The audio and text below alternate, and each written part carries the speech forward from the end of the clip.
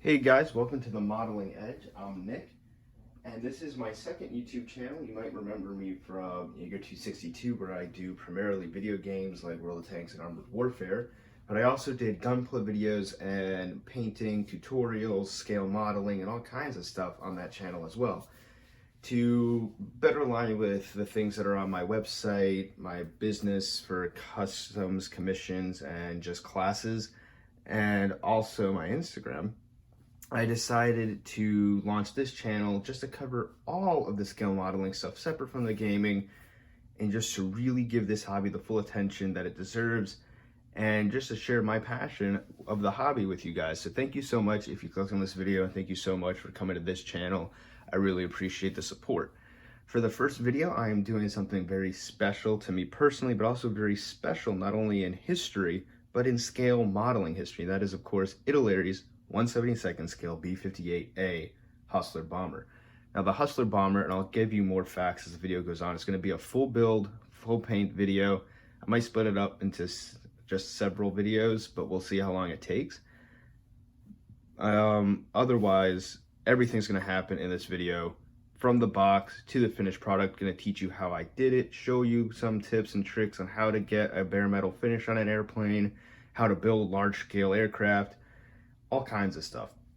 Now, the reason this aircraft is so special is that while it was produced in 1986 by Italy and since has been remolded by that company and sold in the United States all the way up until 2011, at the time of its production in 86, Italy did not have the licensing to actually sell model kits domestically. So they would have to sell it through either a licensed distributor or a licensed manufacturer. And in this case, as some of you who have been in the hobby a long time can tell by the box art, this is a tester's model kit. Now, testers printed the decals for it and made the instruction manual for this kit, but they did not actually mold it or produce it. Like I said, all this is Italy molds. So that right there is a huge part of modeling history, because as anybody who's just in the hobby in the past 20 years knows, Italy obviously can send and has been sending and selling their model kits to the United States for a long time now. But in 1986, that was not the case. Now, this bomber itself is famous in history for being the first Delta Wing bomber to see service action with the United States Air Force and abroad. And it was also the first supersonic bomber ever to have frontline service. With a top speed of Mach 2 in 1956 when it was developed, it broke several world records and became famous around the world by 1963 for its avionics superiority. And that is partially why I picked it. Not only is it a great kit in history, but it is just a great aircraft. So we're going to take a look at what's in the box. I'm going to break down how this build's going to go and give you some more fun facts, and then we'll get right into the build.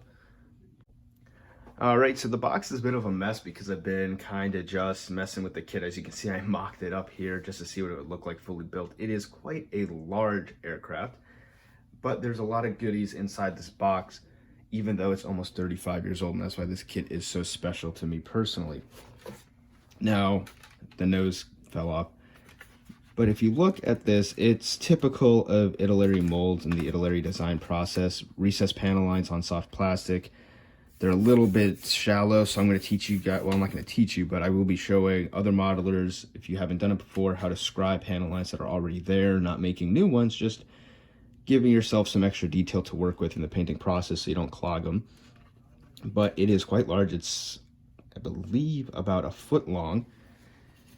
And I don't know if my camera can pick it up, but it's molded in a metallic silver color. And the reason for that is, way back in the day, when scale modeling was primarily geared towards children or children collectors, and now, of course, it still is, but all those kids have grown up like myself, and we still build models because we grew up doing it. It was made so if you had no modeling experience, you could take this thing right out of the box, put it together with some glue, and you were ready to go. Now, most people still painted their kits, obviously, and today that's the standard, is to paint your models, but you didn't actually have to do that if you didn't want to with this kit. So it is going to be a little bit harder to prime, but just a cool detail. Now, the panel lines, like I said, were standard at Italy today, or Airfix if anybody's built Airfix kits. But having recessed panel lines like this on this amount of detail for 1986 is just incredible, at least to me. And, oh, knocked over the box. For a kit this old, it still holds up as a great silhouette model. And what that means is, and I'll bring the actual plane back, is exactly what Airfix does. So I have an Airfix kit right here that I built and featured on my other channel. This is their brand new, well, it's actually a couple of years old now, P-51 Mustang. So if you look inside, they do have a lot more detail than some of their bombers, but it's pretty much just for this. It has the right shape of the P-51, looks great on the shelf. It will look realistic, I should say, next to other aircraft of the same scale. That's a silhouette model. Not a crazy focus on detail inside or getting everything exactly right and presenting everything there, just making sure that all the external elements are there. That's what kept Airfix very popular and is still a very popular company today. And I will be featuring a Buccaneer on my channel. That'll be the second video to go up onto this new channel. Will be the Airfix Blackburn Buccaneer. However, that is not the standard anymore. It's just creating silhouette kits. Now people want fully detailed kits, full detail interior, cockpit, bomb bays, wheel wells, everything to look like an actual version of the aircraft in scale beyond just having the external presence of the real thing. And that's fine, but Airfix kits are still great. They're still renowned today for their design and engineering. And this Italy kit does that. It matches modern day Airfix molding or modern day Rebel molding in the 80s. So very cool, just a real piece of scale modeling history. And at the time, this kit would have been considered state of the art, and it still holds up today. That's why Italy has never changed the mold of this aircraft. Well, you can buy 2011 versions of it. Those are all the same molds, all still used from the 1980s. The only difference is they reprint decals and they add different parts for different versions. Now, unfortunately, as you can see here, I do have Caracol Models decals instead of using just the normal Testers one, and that is because, and the unfortunate part of that is, while plastic doesn't age and those molds are still good and the actual kit itself is still great, decals do age. So they are yellowed and they will be quite brittle, hard to use. You can do it, and you using the right solution can get a pretty good look off of old decals like this. But for a 35-year-old decal sheet, I just didn't want to mess with it for this build. So I bought these aftermarket ones, and this is a great set from them. Printed on Cartograph, just like the original Testers and what Italy still prints on. And it covers all the B-58s in, well, I shouldn't say all of them. It covers every year the B-58 was in service, but gives you 15 B-58s from each, one from each year. Now, I'm just going to show you the decals I'll be using, and I'll get more into this as the build goes on, especially when I paint it. But it's going to be this aircraft here, the Champion of Champions B-58A. It was the first B-58 shown to the United States public in a 1963 film. When they unveiled it to the public, it had already been unveiled to the world in military circles and aviation circles. But the public at large did not really know a lot about the United States Air Force's first supersonic delta wing bomber. So there's a lot of history to that, and there's a reason it got its own movie to be released to the public and why it's so famous, but I'll cover that later. It's just wanted to show you guys that decal is present. That is the aircraft I'm going to be building. Tail number 581016. So pretty cool stuff there. Another cool part about this kit that shows its age is the Operation Bullseye scheme that Testers made just for this project. Now, at the time, Operation Bullseye had not been declassified, and what that was a 1971, I believe, operation to turn the B-58 into a low-level fast bomber. At this point, we were still fighting Vietnam. A lot of strategic bombers had come and gone. The B-52 was quickly becoming the mainstay. Multi-role bombing aircraft like the Phantom or the Skyraider were really being used in Vietnam, and the B-58 Hustler was not. It was kind of seeing the extent of its service as a long strike aircraft that could be in the air for very long amounts of time, and it just wasn't needed for Vietnam. And so Operation Bullseye actually happened off the coast of Florida, where I live. They camouflaged them with ocean colors, but it's actually like a gray-green camouflage, which is the one you see called out here, to mimic actual aircraft that were being used by the Strategic Air Command in Vietnam, blacked out on the bottom, and it was basically testing, could this plane use its supersonic speeds, but at low levels, so that way it could still remain as a quick strike aircraft in battlefield operations in places like Vietnam or across oceans. Now, the results of that operation were non-conclusive, but in the end, the B-58 was not used for that role, and it was eventually retired. So, fairly conclusive, in my opinion, that it was not going to be used as a low-level bomber. The reason all that's so important, I'm sorry for the information there, is that by the time this kit was built in 1986, that had not been declassified. So they didn't even really know if those planes existed, and that's what this call out here is. If I can get the camera to look at that. So yeah, they are asking anybody who knows or has photographs to come to test the researchers, so that way they can get the actual numbers. These are all just mock-up numbers. They're not what the aircraft really was. And for any information, because it was just a rumor at the time.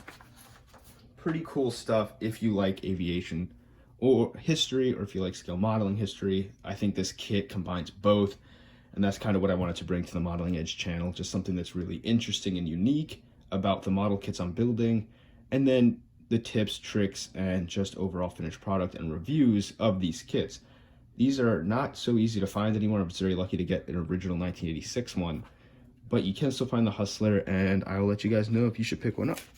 Based on all this stuff I'm saying now, I hope you guys do agree you should, but that's up to you. Last thing here, I mean, these are just the basic sprues. Everything's painted in that silver metallic, so it will have to be a little bit scribed over, and definitely, well, I might not have to strip it in some places. It depends how thick the coating is, but very simple. 3 sprue trees, very simple kit with just a couple of clear parts. Now, this part is what stood out to me, is that Airfix does make basic instrument panels for their kits. As you can see, here's the instrument panel for the B-58 here, if I could just get it, yeah, in the light. Airfix panels will be completely flat in some cases, just with decals. This doesn't come with any instrument decals in this kit. It's too old for that.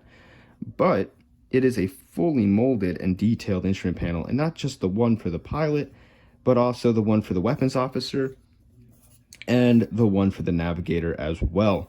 And that is really amazing, again, for 1986, because it shows that this kit still holds up to the standards of companies like Italy itself, or Airfix, or Rebel, or any of the really great silhouette aircraft companies that make cheaper, beautiful airframes to still compete in the world where now companies like Kitty Hawk or SWS are making hyper detailed, large scale kits. It helps us still have really nice, easy to afford 1/72nd scale projects. That's all great, but this kit was built 35 years ago and it still meets those standards. So really cool, really interesting aircraft itself. Hopefully you guys will learn more about the B-58, if nothing else, from this video. It's just a really cool plane, and you'll learn a little bit about scale modeling. I'm going to be doing this in a bare metal finish, which is hard for newer modelers. I'm going to show you how I do it. I've not been using this for very long, but as you just saw on the P-51, I've done it a couple times with some success. We're really going to try to nail it this time, and you guys will be here, hopefully, if you follow the series, or if I do it all in one video. It's already getting pretty long. You'll get to see my successes and failures with it, and hopefully learn something about bare metal finishing, lacquer paints, aircraft building, all kinds of stuff. So that's really what the Modeling Edge is going to bring. That's why I wanted to do this channel, and that's why the B-58 is the first kit that I'm going to be featuring on this channel. So thank you so much for at least watching this video. Please subscribe to the channel if you want to get notified when the rest of the B-58 videos are going to go up, because I was looking at the timestamp. I know I said I might do it all in one. I'm not. It'll be a series. So just hit subscribe, hit the bell icon, and you'll get notified every time one of them goes up. Or give it a thumbs up if you like the channel. I appreciate all the support I can get. I'm hoping that the modeling community on YouTube is as big and as engaged as the gaming community on my other channel, and I'm really looking forward to branching back out into my favorite pastime, my favorite hobby, and a big part of my life for so long. I am actually a historian. I've been That was my education, trained as a historian, and my love for history, my love for research and all that comes from scale modeling, and I would love to share that with the scale modeling community at large, especially if there are other historians or people out there that really like it. So please subscribe, please give it a like, and I hope you guys will enjoy this new channel and this new experience with me. As always, for my other videos, please contact me in the comment section below with why you like scale modeling, if you've heard of the B-58 hustle, if you've built the B-58, or just anything about scale modeling, why you're into it, why you like it. If you think this channel will be something you're interested in, just let me know. I love hearing from people, and I would love to hear from you guys as well. So thank you so much for watching, and I will see you next time.